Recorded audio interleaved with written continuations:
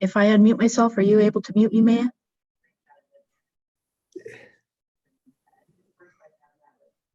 I'm not sure, but I'll find out. We're live on our meeting briefing with reverb again. Hopefully we have a IT tech will help us today. Yeah, I will. I'll be right there. Thank you. If everyone could hold on just a moment, we'll try to repair this.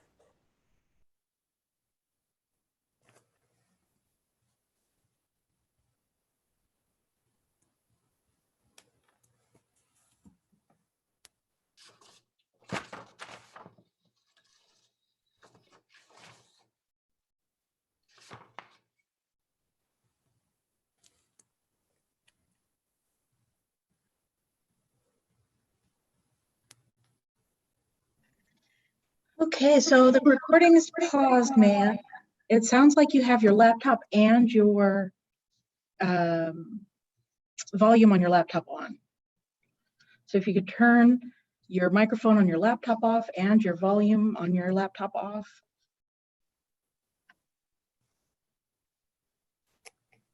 I'm showing both muted.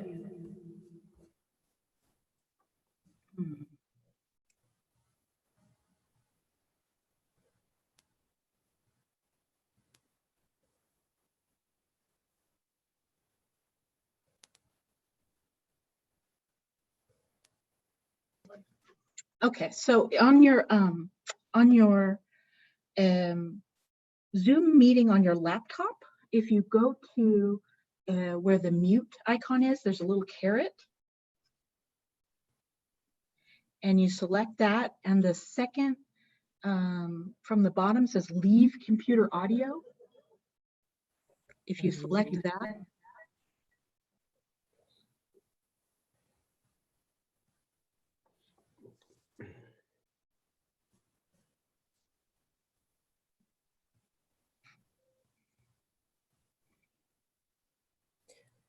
Sorry, you want me to mute?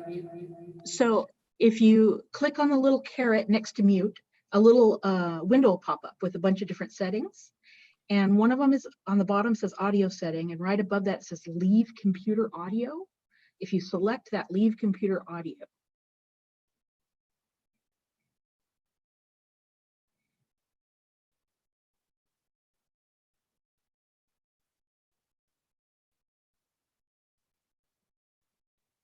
Let's try our audio one more time for our media briefing. I think we've got it. You've just gotten a walkthrough of everybody's technology issues. Thanks for staying with us and helping us work out this reverb problem for our media briefing. Again, thanks for being with us, and I'm hoping that we can start with CAO Charles McKee. I see he's here and ready to give us an introduction. Hi, Charles. Hi, Maia. Thank you. I appreciate the opportunity again. And no apologies from me for the fact that I'm going to enjoy a little bit of the nice weather and do this from outside. Been cooped up way too much, as most people in the county have too. So it's nice to have a little bit of good weather. As everybody knows, the shelter-in-place orders have been in effect for quite a few weeks now, and there's some interesting partnerships and relationships that have grown out of that. In particular, the continuing partnership that the county has with the agriculture community is going to be highlighted today on the briefing, and obviously the ag community is the big driver in Monterey County in our economy, and so we're happy to have Abby Taylor Silva from the Grower Shippers Association today, as well as Henry Gonzalez, our agricultural commissioner, to talk about some of the work that they're doing in the agricultural community. And as you can imagine, since they were, essential workers, essential workforce for feeding not only Monterey County, but essentially a lot of the world, we wanted to make sure that we had a good partnership with the growers and the producers of agriculture, so that they and their workers are protected and able to provide that product for everyone.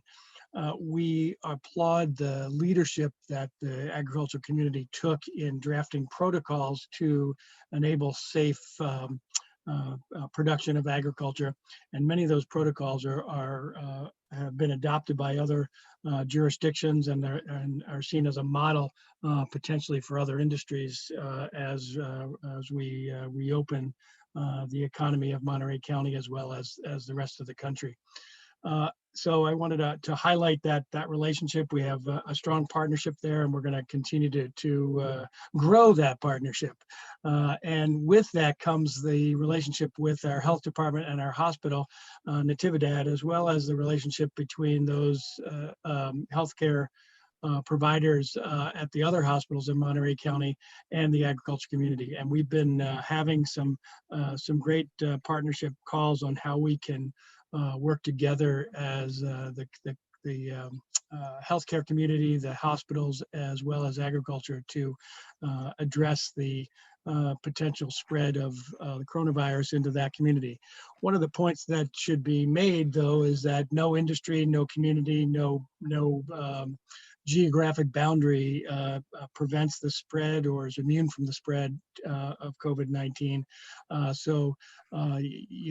We may be highlighting certain industries, it may be seen in certain industries, but that by no means should be an indication that it's not in other industries, or maybe in all industries or in all areas of the county or the country. So we don't want to get the wrong message out there that because we're talking about agriculture today, that's the only area of concern. But we do wanted to highlight as the great work that they're doing in agriculture and in the healthcare community of our county. So I appreciate everybody being on the call today, and I want to apologize that I will have to leave at 12:30, and I'm going to unfortunately take Dr. Moreno with me. When he gets on this call, it might be for a short time. Thank you, Charles, and thanks for the warning. So with that, we'll turn to our theme of agriculture today and start with Henry Gonzalez, our agricultural commissioner, who will talk about some of the updates for worker protections in Monterey County. Hi, Henry. Good morning or good afternoon, Maia, and everyone else. Thank you for the opportunity to tell folks what's happening in agriculture. I'm sure Abby will fill in the rest of the blanks. So I wasn't going to review everything that we've already done. Charles reviewed a little bit about the advisory, which we're already looking at I believe it's our 5th update as things continue to evolve. I did want to comment on a complaint that I received yesterday, and I received more than this one particular complaint, but do want to share that I received a complaint about a particular company that one of their buses was full of farm workers, and of course it was clear that they were not able to maintain any social distance in this case. So although I don't have any authority in this instance, I do have my voice, and I do have the position of ag commissioner. So I did call the company, spoke to one of their principals, and asked them the question, what are you doing to protect your workers? This is a complaint we received. And so they explained that one of the challenges for their company, and possibly for others, is that in addition to having a license to drive one of these farm worker buses, that there's a CHP certificate that must be obtained. And you get this certificate by having taken an exam, 20 hours of training, 20 hours of driving experience, and of course you pay the fee. That was one of the challenges with regards to getting additional bus drivers. With regards to the busing of the workers, they did share that they are taking multiple trips in order to have less riders in the bus and thus have some level of social distancing. They also shared that some of the other practices that they have implemented within their company, for instance, with machines where they're in close proximity harvesting with these machines, they are installing plastic curtains between the workers because they can't maintain the social distancing any other way. So this is going to help, I believe. Also, they're providing face covering, they're providing gloves, and they're having the workers skip a row. Even though they're having to go through the field twice, this provides with additional separation and social distancing. They also shared that they've been wanting to do temperature readings, but they're struggling to find some of these thermometers. They're just not available at the moment.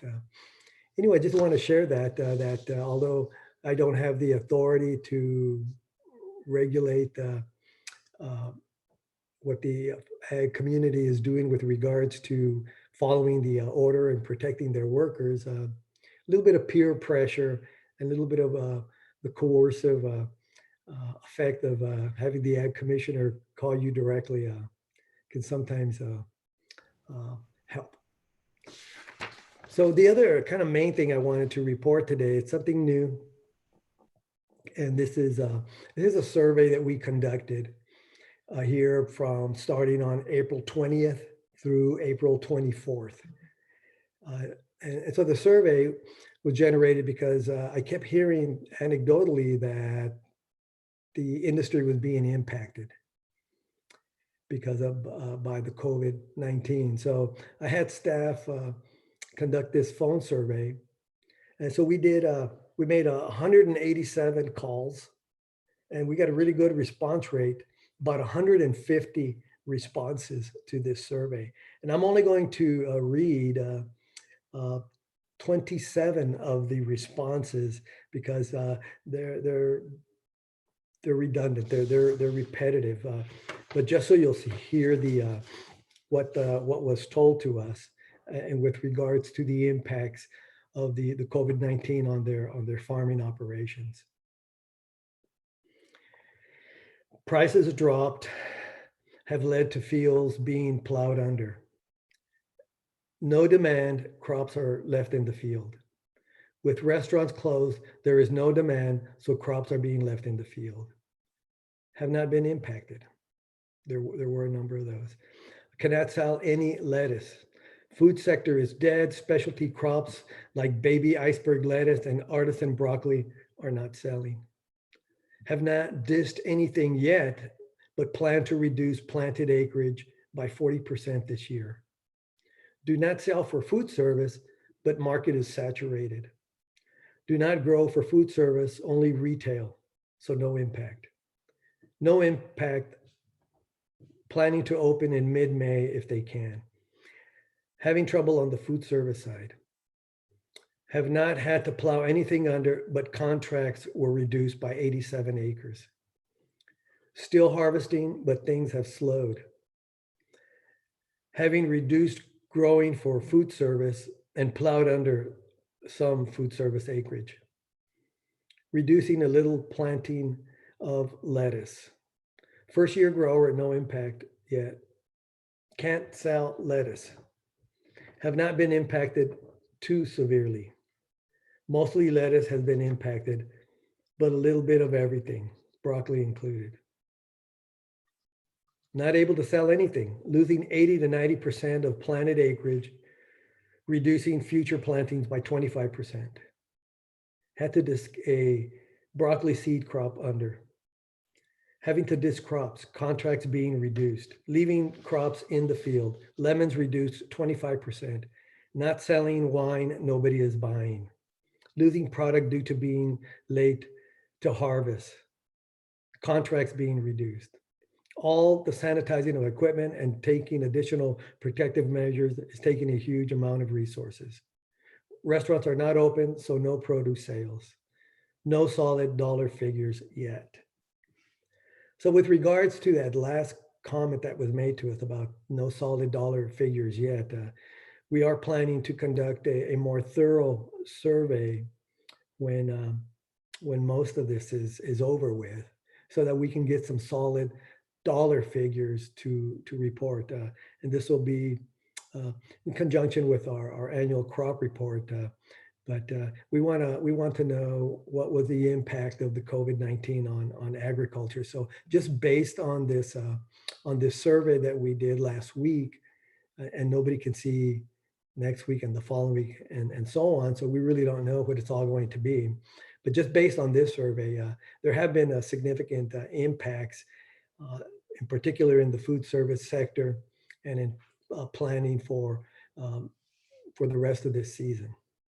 So I'll take any questions that you may have with regards to the survey and other things. Thank you, Henry. I think we'll hold questions till the end, if we could. Now we'd like to turn to Abby Taylor Silva, Vice President of Policy and Communications with Grower Shipper Association, our partner in a fantastic in-field agricultural worker health education program. And Abby, tell us more about the program and how it evolved. Absolutely. Thank you for having us. So following a conversation with SVMH, Natividad, and others about a training program that was occurring, we connected and started talking about whether or not Grower Shipper could be a partner with them. And what we ended up doing is we started broadcasting to our members information about education in the field that could be provided by those two hospitals. And then Me Memorial and CHOMP became partners with us as well. And what we're really doing is we're acting as a clearinghouse for information so that our members are aware of this opportunity. And then we work with the hospitals daily to let them know who's interested. And then they're able to identify who on their staff is able to provide the training.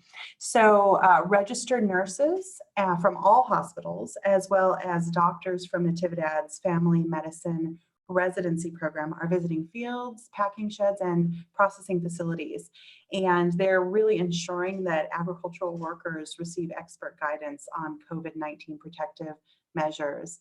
As we understand, research indicates that people are more likely to follow recommendations if they receive them from a trusted source like a doctor or a nurse. So this is just really a win-win, wonderful program for us. And the education that's being provided includes understanding common symptoms and hotline resources regarding hospitals locally and what's being provided by Monterey County Health Department, hygiene, disinfection, social distancing, masking, community safety, and the like.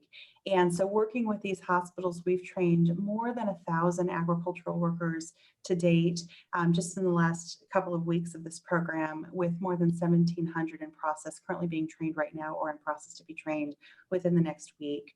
So it's been a fantastic program. We're really thrilled to bring together all of these different community leaders and be able to be a resource for our members and their employees. Additionally, Grower Shipper is working with members, assisting them by working with county and local health officials to secure some quarantined housing in comfortable surroundings. So whether the affected employee lives and works in our region or if they are guest workers, the goal is really for any worker to have access to separated housing where they can rest and recover while protecting their families and or housemates from contracting the illness. So within this program, food and other needed necessities are provided while an employee recuperates in quarantined housing, and medical professionals with SVMH check in on those workers regularly to monitor their progress and recovery. And then finally, we're also working with SVMH and Natividad and others and looking at ways to secure more facial coverings and getting that information out to our members so that they have resources to purchase those and provide those. And so it's really been an incredible partnership with the county and with the hospitals to make sure that we are providing resources to our members and their employees. So we're really grateful for the opportunity. Thank you, Abby. That's a fantastic presentation, such great news. Now, Dr. Gary Gray from Natividad is also on the line with us, and he can talk a little bit more about the connection that was made for this program. Hi, Gary. Good afternoon, everyone. So Natividad's Family Medicine Residency Program actually has a multi-decade history of supporting our agricultural workers. And I think, we're really fortunate in Monterey County to have collaborative relationships with the other healthcare systems, as mentioned by Abby, the ag employers, the ag professional organizations, and advocacy groups.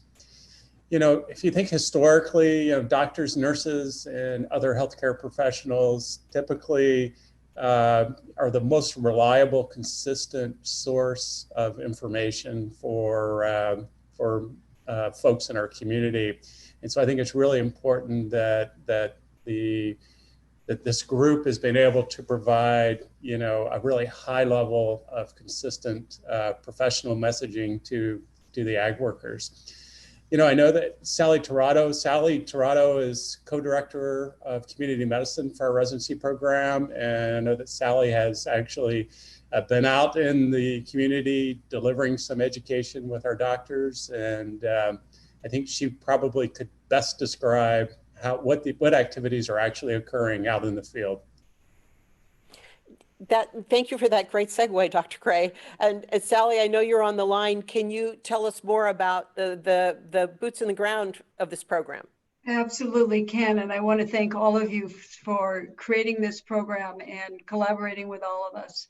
I really appreciate that we were able to create an educational model of prevention for engaging our ag workers. We all know, as we've talked about, they really are our first line of defense against this virus. As you know, many of them are among those most at risk. One of the things we're doing is, Abby, that you mentioned as well, is that we are looking at trying to inform them about the science of the virus. A lot of the standards, a lot of what we're teaching are based on the standards of the Ag Commissioner and the Farm Bureau. So we are looking at things, as you mentioned, the social distancing, the basic sanitation, hand washing, masks, but we're also looking at other aspects, which include understanding a little more about anxiety and stress, which all of us are feeling, and especially when you're an ag worker and you feel sometimes that, why are you feeling this way? So there's a way that we're trying to work with them to normalize some of their feelings and be able to give them resources where they can go and how they can get help for both themselves and their families. We're talking with them about how to avoid contaminating each other and as you said, where to go for resources. What do I do if I think I have the symptoms? What do I do if I have the virus? How do I know when I can go back to work? Those are the kinds of questions that we're getting from them. How do I isolate? What does that mean? What does quarantine mean? All of that. So I think the more information ag workers have, the more they feel that they can share both with their family members, with the community, and also with each other.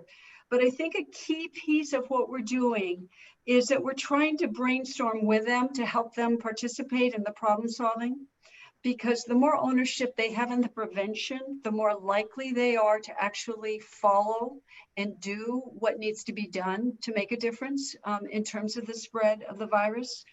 I think what it does is it leads to a collective consciousness, and out of that consciousness, there are two aspects to that. One is that there begins to be more peer pressure to follow some of what needs to be done, and there also is a sense of that they can actually participate, and what they say and what they do will make a difference. So that's a big piece. A lot of them are very scared, and they have acknowledged this. They're scared to admit that they might have symptoms. They don't know. They're concerned about what that will mean for their families. They're concerned about if they will get the help, where will they go? How will their jobs be at risk? So being able to work collaboratively with the companies and Abby, with those of you there with the the grower shippers, I think it makes a big difference that we're all thinking about what will happen to our workers, and the more we can reassure them, I think the more likely that we will be able to reduce the spread.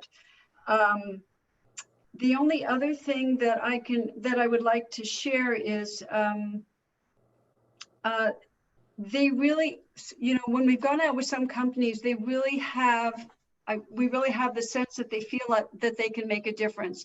And they've come up with some of the, some action steps themselves, which were interesting to us. I mean, they talk themselves about how they could divide their work groups from those that also come in the same carpools so that they didn't have separate, so that they weren't separated when they went to the workplace, so that fewer people would be exposed to each other. They actually brought up temperatures and taking temperatures in the workplace. They started to talk about maybe one person could actually be involved in disinfecting all the surfaces and porta potties, and how they could do that in terms of that, and how they could how could they take their breaks and stagger them and remain separate, have the groups be smaller. And I know that in not all those things that they come up with, of course, can be integrated into the workplace, but some of it can. And so I really, I think it's a very powerful process, and I appreciate everyone allowing us to go both share information about the risk factors and also being able to have the ag workers themselves participating in it and taking ownership and feeling valued both by our community and being more likely then to safeguard themselves and all of us. So thank you for giving me the time to talk about our program. Thank you, Sally, very much. I know people on the call have been waiting to see if Dr. Moreno would join us today. We were hoping to squeeze him in today between 12 and 12:30, and I am not sure he is on the line. I don't see his number, but I'm hoping if he's on the line, he might pick up. But apparently not. And I do know that he had to leave at 12:30 for another call. So if you had questions for Dr. Moreno, I will forward those questions to him. If I see his name come up, I'll try to bring him into the call. But in the meantime, if you have questions for any of our speakers on the agricultural worker programs or the in-field education program, now would be a good time to ask them. Is there anyone with a question?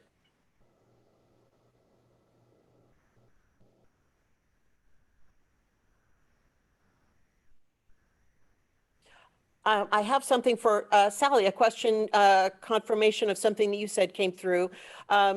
Did you say that ag workers are the first line of defense against the coronavirus? Would that be healthcare workers? Who is most at risk? I think both are. I think both. Certainly healthcare workers are very, very at risk. But for those people that are out there providing food for us, and they're working oftentimes in very difficult situations and living closely together, I think, in fact, they are very, very, very at risk as well. Thank you for that. Are there any other questions for our presenters today? Yes. Can you hear me? Yes. Hi, Adriana. Go ahead. Hi, Maia. So my question is, we know that yesterday you guys submitted the ordinance about wearing the masks. So is that going to be mandatory for all the people that work in the field, or what is that status? Thank you. Henry, can you address that one? I can. I did work a little bit with Dr. Moreno on this. And it is for everybody, including farm workers. And so everyone must provide their own covering, though. The requirement is not for the employers to provide it. It's for each one of us to provide our own face covering. Hope that answers your question, Adriana. Yes. Thank you, Henry. Appreciate it. Thank you. Are there any other questions for our presenters? Maya, it's Joe Sadowski over at the Californian. I have a question for Mr. Gonzalez. Go ahead. So going back to that informal survey you mentioned, one, just to be clear, it's not a scientific survey, right? And two, also I'm wondering, could you give an idea of how many responses were, I haven't had any impact, and how many of the responses said, this was an enormous impact? So of the 187 companies that we contacted, we were able to contact about 150 The others, we left them messages. So they didn't, they just weren't on there when we called. And I just read to you a list of the answers. And just based on that, there was what, 3 that said that they had no impacts out of the 27 that I read, and those were based on the first 34 companies that we contacted, and looking further through the survey, there was more individuals that we could not contact but left messages for. But at least in that small snippet, I will have staff compile this into a little better, more comprehensive report to list the specific commodities that were named. I named a couple. Lettuce was mentioned quite a few times, broccoli, like a seed crop, and other crops. But there was other crops mentioned, for instance, spinach. But it's my belief that all of our food service commodities have been impacted. Thank you. Joe, does that answer your question? Kind of. I guess I guess you don't have the actual breakdown with all of the 150 or so responses you've gotten yet. Is that fair? Well, Is that just? I just asked staff to do it. Okay. I was trying to do that this morning, but they gave me a version that I can't manipulate, so I couldn't quickly dice it up. I had to do it one at a time. And when you say manipulate, you just mean like just being able to analyze it, like sort, and like in Excel, doing sort and stuff like that. Yes. Okay. They gave me a. Okay, just wanted to make sure about that. And so, any idea how much of Monterey County's ag sector deals with mainly food service versus the ones that deal with mainly with retail? I don't have that number, but I do have a different piece of information for you. So the impacts of food service have been and have been for produce destined for California or other parts of the country where they have a shelter-in-place order. Our export market is thriving. We actually crashed the federal phytosanitary certificate system once we started in earnest to issue those phytosanitary certificates, and so that's an indication of. And plus, I surveyed our staff, so there's not been an impact that we've seen in our export market. It's all our food service, either destined for California or some of the other states that have a shelter-in-place order. But I don't have the breakup as you asked. Thank you, Henry. And I have another question for you regarding the crowded farm worker bus scenario that you had mentioned. What was the date and where did it occur? That was, I believe, just this week. I got that call. I think it was Monday, and yesterday I placed the call to that owner. And I So think I'd have to go back to my records to see if they indicated what day they saw that bus. And he was interested also in the location or the area in which it occurred. I believe it was between Chular and Gonzales on the 101. Okay. Thank you. Are there any other questions for our presenters? Yep, I have one. It's Kate Cimini. Hi, Kate, go ahead. So I am actually asking this for my coworker, David. He wants to know, and if you've already answered this and I'm just late to the party, then please forgive me. He'd like to know if companies will be fined or otherwise castigated if they ask people not to wear their masks while they're working. He's hearing that as recently as yesterday, Man Packing was asking their employees not to wear face masks. So if they continue to do that, what would happen?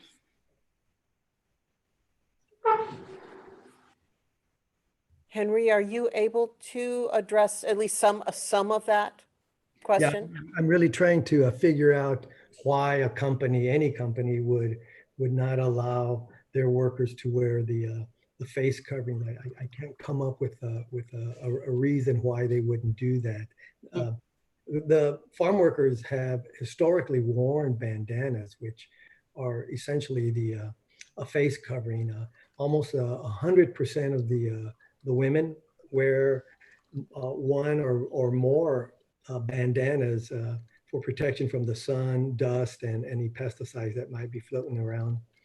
And even the males will wear bandanas, although not in the same fashion as the women, and not in the numbers that the women do. So I really can't see why they would not allow workers to do that. They do that already. With regards to sanctions, I think more details would have to be known, and and the DA would have to, or the sheriff would have to make observations of this. It's difficult to make any prosecution based on hearsay, although there are exceptions to the hearsay rule. But I can't speak for the sheriff or the DA on how they would practice enforcement of that more than I have already.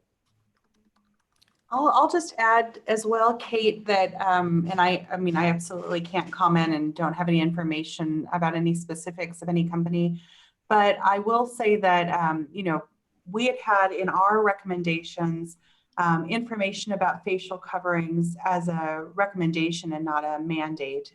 I think the county, of course, changed their order yesterday to be put into place tomorrow. But I will also say that one of the ways that we've come together with others in the community is we have noted that if anyone has any concerns or any information about any company that they feel like they would like to be addressed or inquired internally, that they are welcome to email me directly and to contact me at Grower Shipper. And we will reach out to any company that is our member, or if they are not our member, we will reach out to our partner trade organizations to try to identify who can. And we will inform them of what we're hearing and let them then, you know, decide where to take that information. But just to let you know, that is one of the things that we're working on in an effort to be a really strong partner in the community, and to make sure that, you know, people are being given all the information that they need for their own companies. Thank you, Abby and Henry. Appreciate it. Maia, I might follow up with you to see if, you know, sheriffs has any guidance on this. Certainly. Cool. Thank you, guys. Are there any other questions for our presenters? I do have a question about the alternate housing site in Salinas. That alternate housing site is just in the beginning stages. I know they're just taking measurements of the location. So as the plans for that evolve, we'll try to get more information to you on what that looks like and what will be provided there. If there are no other questions for our presenters and no additional comments through chat, those of you who submitted questions for Dr. Moreno, I will forward those questions to Dr. Moreno and his staff. Maia, I do have one last question, if you don't mind. Sure, go ahead. Hi, Joe. This for Henry again. I'm curious about the number of complaints you have received regarding allegations of companies not following social distancing.